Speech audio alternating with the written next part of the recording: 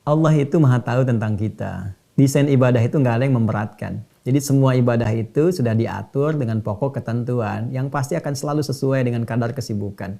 Nggak ada kondisi tersibuk yang meninggalkan ibadah itu, tidak ada. Ya. Dan kita sekarang poinnya adalah mesti mengetahui dulu. Makanya Islam itu dibangun di atas ilmu. Bahkan untuk bertauhid pun pakai ilmu. Quran surah ke-47 ayat 19, fa'lam annahu la ilaha illallah. Bahkan untuk syahadat pun kata Allah pakai ilmu supaya kuat syahadatnya.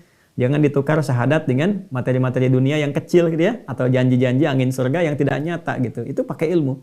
Karena itu persoalan ibadah turunkan ilmunya. Misal Allah itu sangat luar biasa ya, membagi ibadah-ibadah kepada pokok dan cabang. Yang pokok ini yang wajib kita lakukan. Wajib itu pasti sesuai dengan kadar semua kesibukan yang kita kerjakan. Nggak mungkin ada kadar kesibukan yang nggak bisa menunaikan yang wajib. Contoh sholat misalnya. Sholat itu yang pokok ada 5.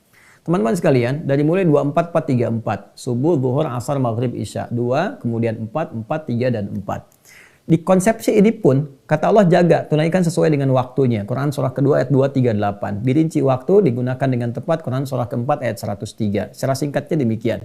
Tapi ada misalnya, saya contohkan di rumah sakit yang harus ada tindakan. Misal tindakan dilakukan dari mulai zuhur sampai dengan asar menjelang maghrib nih. Ya, zuhur dilakukan jam 1, tapi akan mau nyampe ke maghrib nih. Asarnya mau lewat. Di tahap itu pun masih ada syariat dituntunkan. Ada yang disebut dengan jama' namanya. Kan? Disatukan, tarik asarnya ke zuhur supaya bisa dilakukan di waktu yang sama. Setelah itu lapang dari asarnya sampai ke maghrib.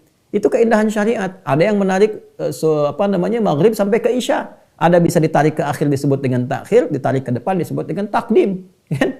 Ya, saat kita tertidur pun ketiduran misalnya kan, bangun melampaui batas sholat. Ya, Nabi mengatakan sholat pada waktunya, saat bangunnya saat itu sholat. Jadi tidak ada syariat itu yang berat, semuanya mudah dan tidak dimudah-mudahkan. Lantas bagaimana kalau saya kehilangan yang sunnah? Bukan diniatkan untuk meninggalkan, tapi karena keadaan kita berkhidmat dalam konteks ibadah sosial misalnya yang kita lakukan, sehingga tidak ada kemampuan untuk mengerjakan tambahan-tambahan seperti sunnah. Misalnya sholat sunnah, untuk bangun tahajud misalnya terbatas. Hati-hati, yang paling menarik adalah ilmu menyampaikan kepada kita, amalan sosial yang kita kerjakan itu, yang diniatkan untuk ibadah, boleh jadi nilainya lebih besar pahalanya dibandingkan dengan ibadah sunnah yang dikerjakan secara fisikal untuk pribadi. Ya, contohnya apa misalnya? Bapak Ibu sekalian, Al-Imam Syafi'i satu kali bertamu ke rumahnya Imam Ahmad bin Hanbal. Kemudian secara singkat lah beliau makan banyak, kemudian tidur berbaring. Tapi Imam Ahmad itu malamnya bangun sholat sunnah, tahajud. Beliau enggak. Anaknya penasaran gitu kan. Lalu datang kepada ayahandanya, Pak ini kan katanya guru besar, kiai besar, ulama besar. Tapi malam-malam Papa bangun malam, beliau enggak. Terus Bapak makannya sedikit, beliau banyak deh. Kata Imam Ahmad bin Hanbal, jangan berprasangka buruk dulu. Kita konfirmasikan, kamu tanya langsung.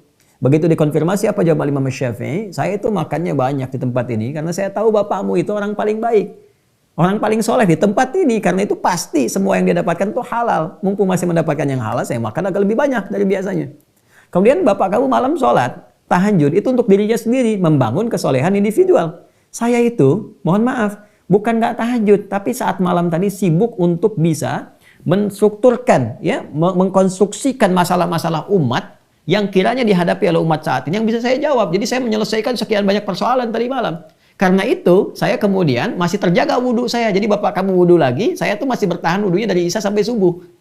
Dan itu nilainya akhirnya apa? Lebih tinggi nilai Imam Syafi'i dibandingkan Imam Ahmad bin Hanbal di kasus itu. Karena kenapa? Imam Syafi'i nggak bisa mengerjakan tahajud karena sedang menyelesaikan persoalan umat secara sosial. Dan nilai itu tinggi di hadapan Allah Subhanahu wa Ta'ala.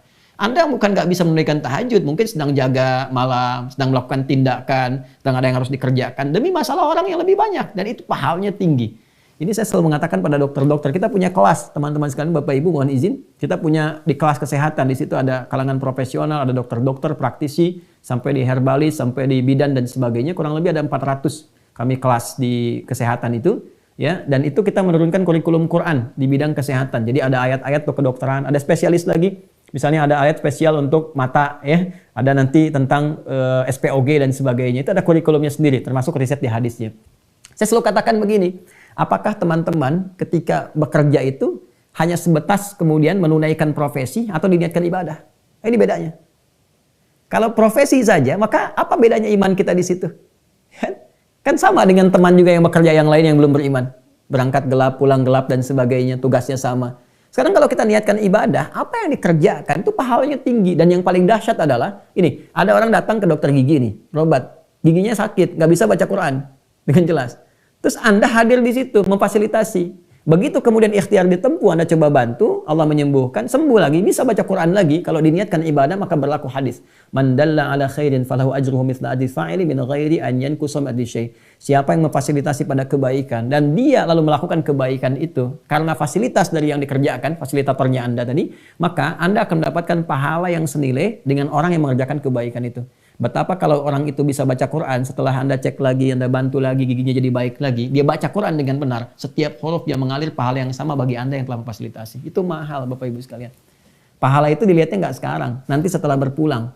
Ya, ada dua cara melihatnya. Satu, nanti saat sakaratul maut ditampakkan pahala. Makanya orang-orang yang meninggalnya tenang karena ditampakkan kebaikannya. Nanti akan terlihat ketika akan meninggal.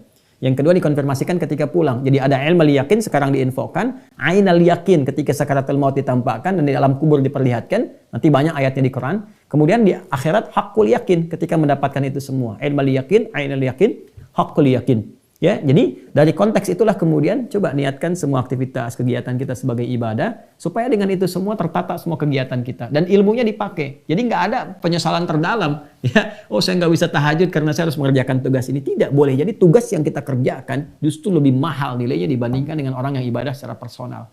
Nah itu yang ingin saya coba tampilkan. Jadi yang prioritas silahkan.